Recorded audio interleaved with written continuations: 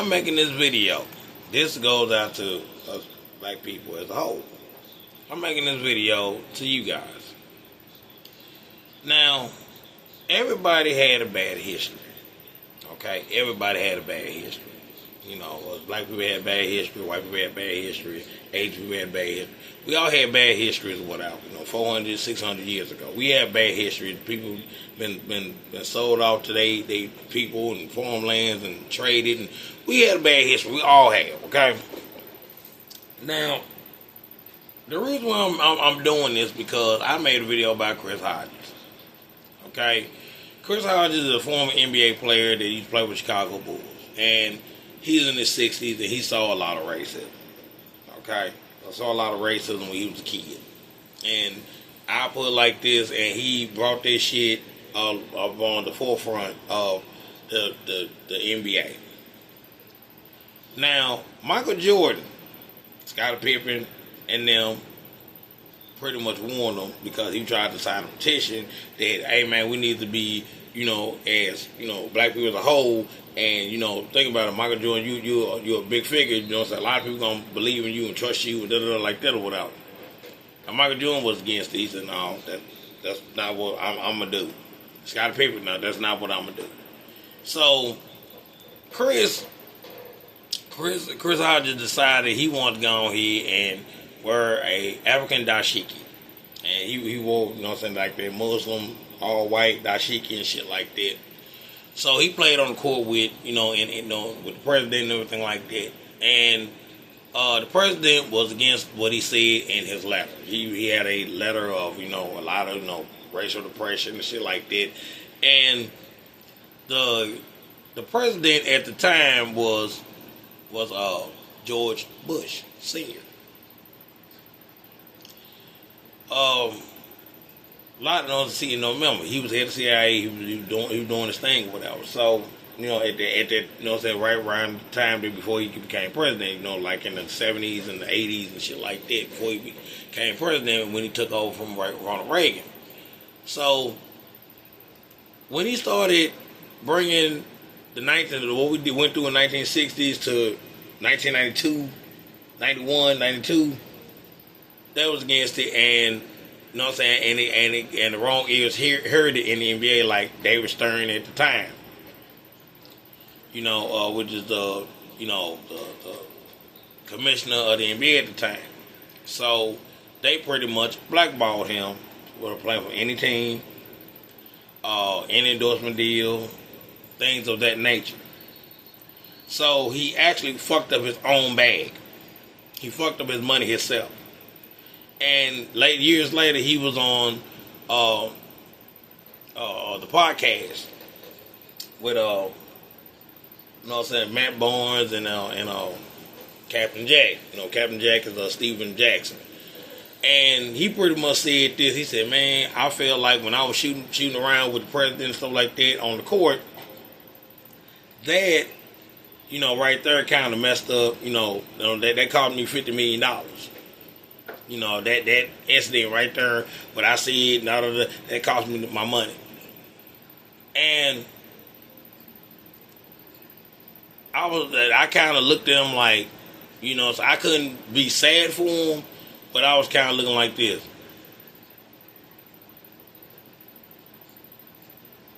That black pride shit. Now, racism in the United States, are we familiar with it? Yes. We're aware of it. But it's a time to shut the fuck up, and it's time to, hey, shut the fuck up, play nice, do what you gotta do. Think about it. Your decision involves your family. Your decision involves everybody around you. Okay? Now, I'm going to go ahead and give you another example. Now, everybody know the world figure by the name of Cassius Clay, a.k.a. Muhammad Ali. He was by far my favorite fighter in the world. Even though he fought before my prime. before my time and everything, he you know what I'm saying, he's still my favorite fighter of all time. You know, I used to watch the old clips of Muhammad Ali, you know what I'm saying, Cassius Clay, where he used to talk trash to Sonny Liston, and, you know, the things he, you know, did with Sonny Liston, things he did with Frazier, things he did with George Foreman was phenomenal. You know, one of my favorite fighters of all time. There's no hands down. My favorite heavyweight fighter of all time. Now, this how Muhammad Ali, even Muhammad Ali messed up his money. Okay? Now, Muhammad Ali started fighting back in back when he was 12 years old, back in the 50s. And from 12 all the way to 22, from the amateurs to the pros, that's 10 years. Alright? That's 10 years of fighting. Now, Sonny Liston was the dominant champion of the era back in the 1960s. He was the Mike Tyson of his time. He was knocking everybody out. You know what I'm saying? He pretty much was getting backed up by the mob. He was doing this, doing that, or whatever. Came from Arkansas here. Sonny Liston, you know what I'm saying, was one of those type of dudes that couldn't read, went to prison, learned how to fight, started being a professional fighter. You know, I can talk about him. Muhammad, you know what I'm saying, Cassius Clay beat Sonny Liston, you know what I'm saying, in 7 rounds or whatever. You know, that Sonny Liston couldn't catch him. Sonny Liston did all kind of tactics to Muhammad Ali. He pretty much put this cortisone stuff in his eye, you know what I'm saying, Muhammad Ali was like this or whatever. You know, he was damn near blind fighting, Sonny Liston that round. You know, Muhammad Ali's trainer, which is Angelo Dundee, pretty much wiped his eyes with a towel and put water over his face and everything like that to get him back vitalized to go ahead and fight. So Muhammad Ali was too fast for him. He quit and stood, and he lied to the reporter. Said, "Well, I had a shoulder injury, and that's the only reason why I quit and this and that or whatever." So a lot of old heads were like, "Man, they lost a lot of money because here's this young 22-year-old brass, champion." Muhammad Ali was in bed with the Black Muslim, which is Nation of Islam at the time, back in the 1960s. He was in bed with them. And what I loved about, the 60s was it was a revolutionary time. You know what I'm saying? A lot of cats was, you think about it, you had the Vietnam War going on, you had the Black Muslims, which is Nation of Islam, you had the Black Panthers, you had Martin Luther King, you had Malcolm X, all this shit going on at the same time. So, yes, it was a messed up time for, to be a black person. Yes, it was fucked up to everybody, okay? And I know what I'm saying, and me on the other hand, I can say that about it because I seen a lot of, remember, I got grandfathers and great uncles and whatever can tell you about this shit. And they told me everything about what happened, and I watched old films, dog attacking us. And I watched all that shit. That shit hurt, okay? Now, back to Muhammad Ali. This is how he messed up his money. Muhammad Ali, rights and religious beliefs, rightfully so. He said they wanted to draft him. Back in 1967, they said, "Well, damn it, you're gonna be drafted to, the military." And he flunked the draft board test the first time. Second time, they made him 1A. That means you out there going to war. And Muhammad Ali, said, "Hey, I'm not doing it. You know what I'm saying? Ain't no Viet Cong. They ain't never called me the N-word." So that made headlines all over the world. So the United States pretty much took away his boxing license, took away everything that he worked for. You know what I'm saying? And they said, "Well, you're going to go to prison for 5 years. And, we're going to take away your passport so that we can't go nowhere else."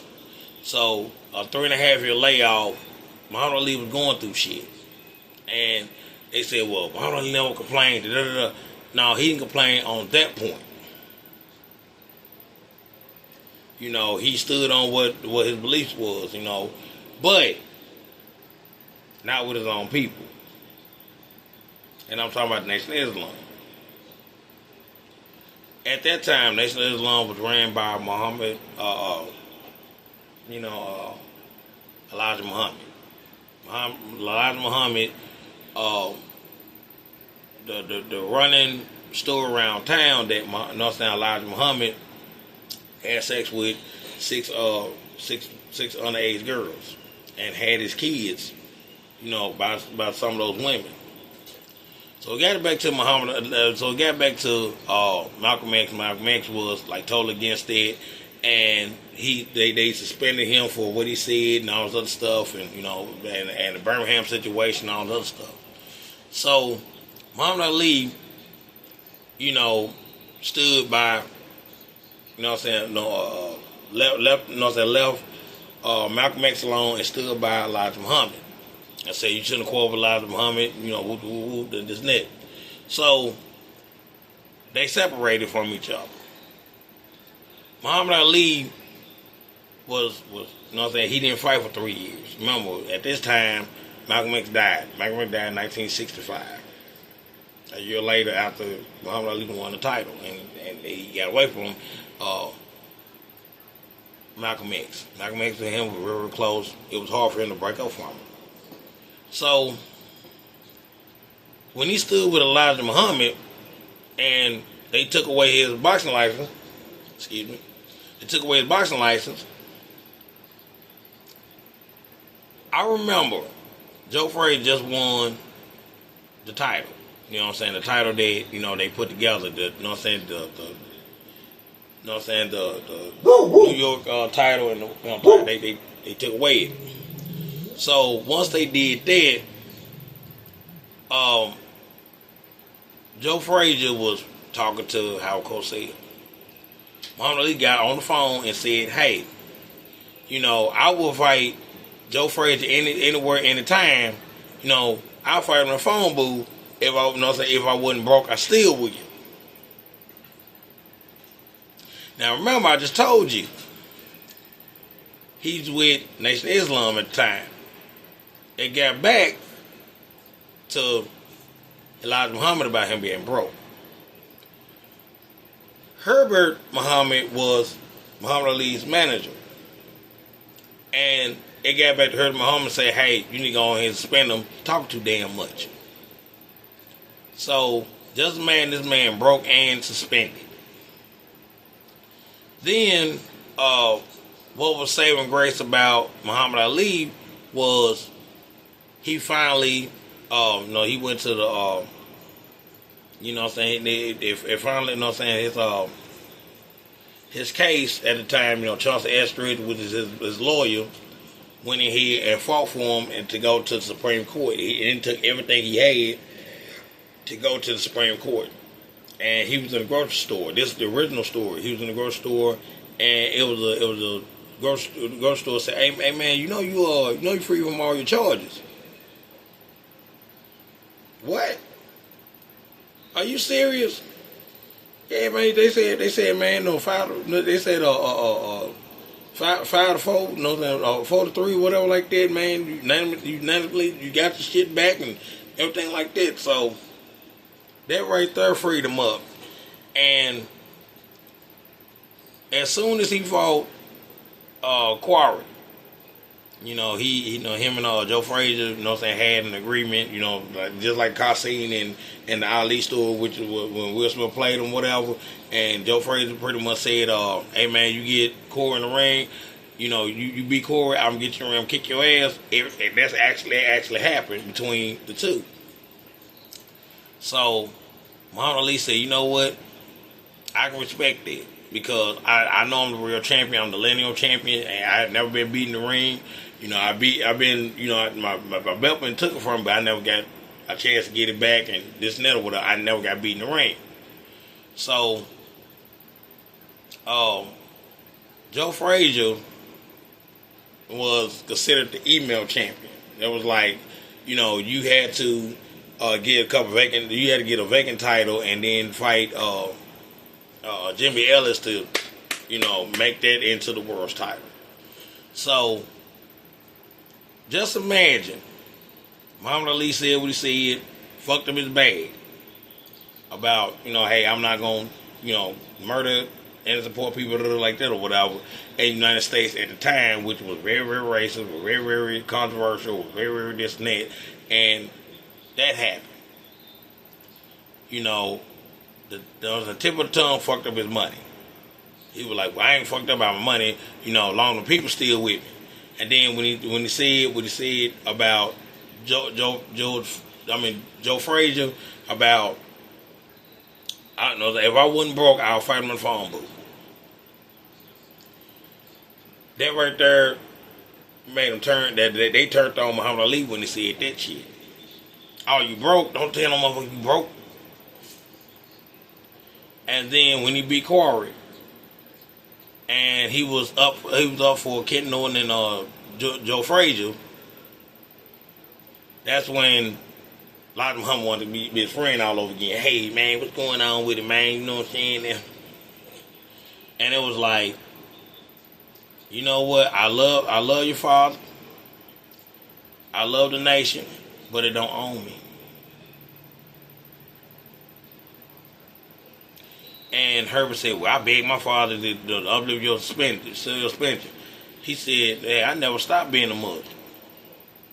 Y'all the ones that made me consider not to fuck with y'all no more. Y'all the ones did it. Y'all that when I got leery and I said to the world I was broke, here comes the suspension." So I'm gonna say this again, black people. Black pride and a bag do not mix.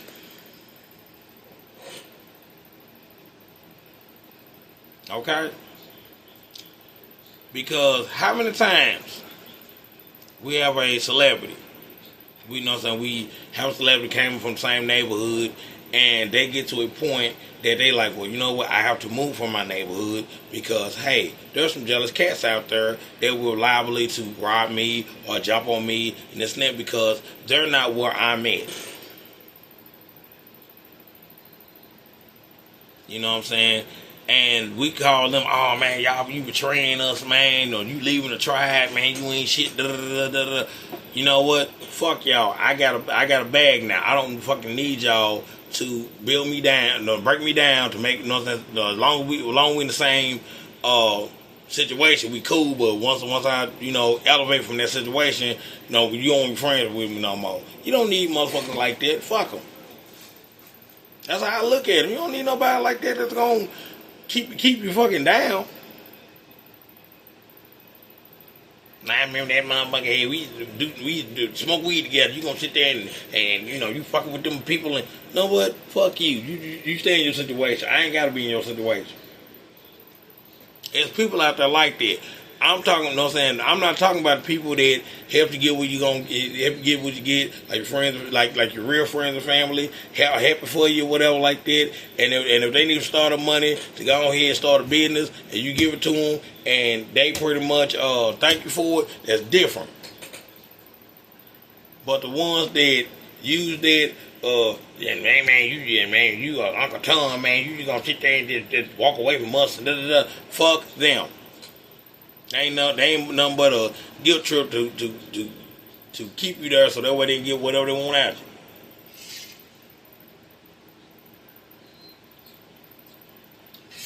you. Even Muhammad Ali had to learn from that shit. And as self-righteous Muhammad Ali was, he had to learn this shit. So y'all gotta understand that, hey, this shit happens, man. This type of shit happens, and like I said, man, do not let a successful career and your pride and your religious beliefs and what you stand for and all this other stuff like that, even if it's bullshit, don't let it fuck up your money up. Don't let it fuck up your money. Give you another example before I go. You remember Deontay Wilder, the boxer? Deontay Wilder, you know what I'm saying, born out of Alabama back in 1985. We the same age. I'm 6 months older than he is.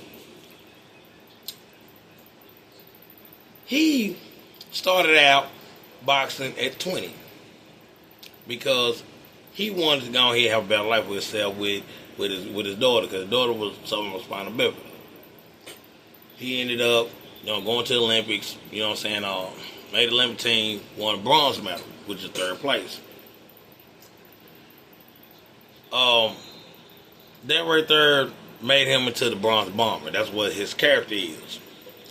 He created a character by saying that I'm the Bronze Bomber, and I'm from Tuscaloosa, Alabama, and I'm gonna go ahead and do this, such whatever. I'm gonna go ahead and become the champion.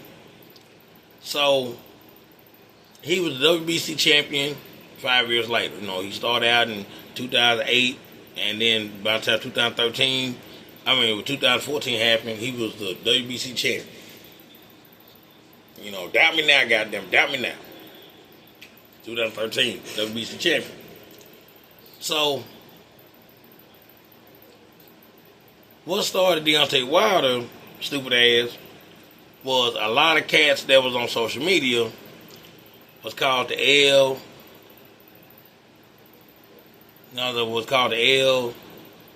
LBC. These people are like the black conscience online. They supposed to be like Nation Islam online, damn near, because they thought the PBC was like black owned, black ran, this and that or whatever, which it really wasn't. But our Heyman was the figurehead because he pretty much got the startup money from Waller and Reed. Two white men got that, started, and then got the money from Floyd Mayweather, started PBC. PBC only had 6 years. They only had 6 years, and they got kicked off every major platform there was. Not the fact that he was black and nobody want to give him a chance and da-da-da. No. Al Heyman did not know what the fuck he was doing as far as trying to market these guys. He's not, you know what I'm saying? He's a music guy. He's one of the type of dudes that he get the illusion of somebody's good, but until they fight a real goddamn fighter. And when you got Deontay Wilder, there was a real fighter starting to come along in the rank with the name Anthony Joshua. Anthony Joshua became a gold medal. He got a gold medal back in 2012, 2013, something from there. Well, 2012. Right along him and Usyk. Came in here with a vision, whooped ass, took names, damn near had every belt in a matter of 3 to 4 years. It took 5 years for Deontay Wilder to get the WBC title. It took on 3 years for Anthony Joshua to get the other 3. WBA, IBL, WBO. Anthony Joshua next in line to go ahead and fight Deontay Wilder, because Deontay Wilder thought that Anthony Joshua was gonna lose to he thought he was gonna lose to Latimer Klitschko. He went up to Great Britain as WBC champion. Anthony Joshua was IBO champion, and Latimer Klitschko, they were gonna fight for the IBO and the WBA World Heavyweight title. Those 2 titles. So Anthony Joshua stopped Latimer Klitschko and retired him. That was Latimer Klitschko's last fight. So Deontay Wilder said, well, damn, man, I feel like I should go ahead and make a name for myself in the United States, just like Anthony Joshua did down here in Great Britain. So soon as he jumped on the plane and went to America, that's when Deontay Wilder on that Black Power bullshit, fucking up his bag. Yeah, the black man, this and da-da-da, and the pressure, da-da-da-da. He started saying all that shit. He started saying derogatory shit about Eddie Hearn, which is Anthony Joshua's promoter, and he started saying derogatory shit about Anthony Joshua. So, as soon as Deontay Wilder got his ass whooped and got his belts took, and had the belt took by Tyson Fury, same white man you picked out, same motherfucker that you supposed to steamroll, the same one that cost you your chance of being 120 $1 million richer. Same motherfucker that cost you all that money. Guess what? You fucked up your own bag because of your tongue.